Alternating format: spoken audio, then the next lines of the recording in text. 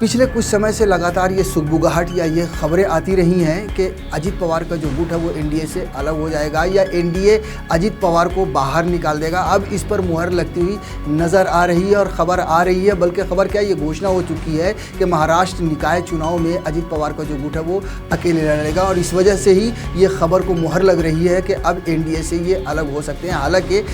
अजित पवार का या जो एनसीपी है इनके गुट की, उनका ये कहना है कि लोकसभा में जिस तरह से इन्होंने साथ में लड़ा था उसी तरह से विधानसभा में भी एक साथ चुनाव लड़ेंगे। लेकिन महाराष्ट्र का जो निकाय चुनाव होने वाला है उसमें ये अकेले मैदान में उतरेंगे। लोकसभा चुनाव का रिजल्ट आने के बाद एनडीए को जिस तरह से करारी हार का सामना करना पड़ा महाराष्ट्र में, तभी से इस तरह की बातें हो रही हैं और ख़ास तौर से जो एनसीपी है अजित पवार की, उस पर ठीकरा ज़्यादा फोड़ा जाने लगा कि एनसीपी की वजह से महाराष्ट्र में एनडीए ने खराब प्रदर्शन किया है। ये आरएसएस के पत्र में भी लिखा गया था इस लेख को और इस तरह से बताया गया था और तभी से इस तरह की ये खबरें आने लगी कि एनसीपी का जो अजित पवार का गुट है वो एनडीए से अलग होगा। बहुत सारे लोग अजित पवार के गुट को जिम्मेदार मानते रहे हैं। उसके बाद कई बार ये भी खबरें आती रही हैं कि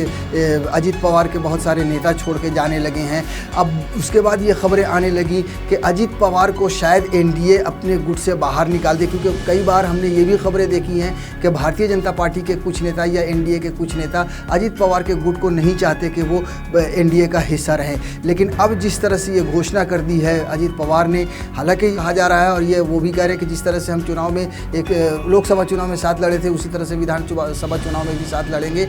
लेकिन जिस तरह से निकाय चुनाव में अपने आप को अलग किया और ये दावा, ये घोषणा किया है कि हम अलग चुनाव लड़ेंगे और पूरी मजबूती के साथ निकाय का चुनाव लड़ेंगे, उससे ये कहीं ना कहीं साफ नज़र आ रहा है कि हो सकता है कि एनसीपी अजित पवार का गुट एनडीए से अलग हो जाए या उनको अलग कर दिया जाए। देखिए, अजित पवार ने अपनी पार्टी के नेताओं से, कार्यकर्ताओं से पुणे इकाई को संबोधित करते हुए कहा है, हमने लोकसभा चुनाव गठबंधन में लड़ा और विधानसभा चुनाव भी गठबंधन में लड़ेंगे। मैं घोषणा करना चाहता हूँ कि पार्टी स्वतंत्र रूप से निकाय चुनाव लड़ेगी। उन्होंने कहा कि एनसीपी अपनी ताकत के दम पर निकाय चुनाव लड़ेगी, इसलिए स्थानीय नेताओं और कैडर को अपने अपने क्षेत्रों में पार्टी को मजबूत करने के लिए काम करना चाहिए। तो ये जब से घोषणा आई है कि निकाय चुनाव अकेले लड़ेंगे, तब से ये खबर और ज़्यादा, मतलब चर्चाओं का बाजार और ज़्यादा गर्म हो गया है कि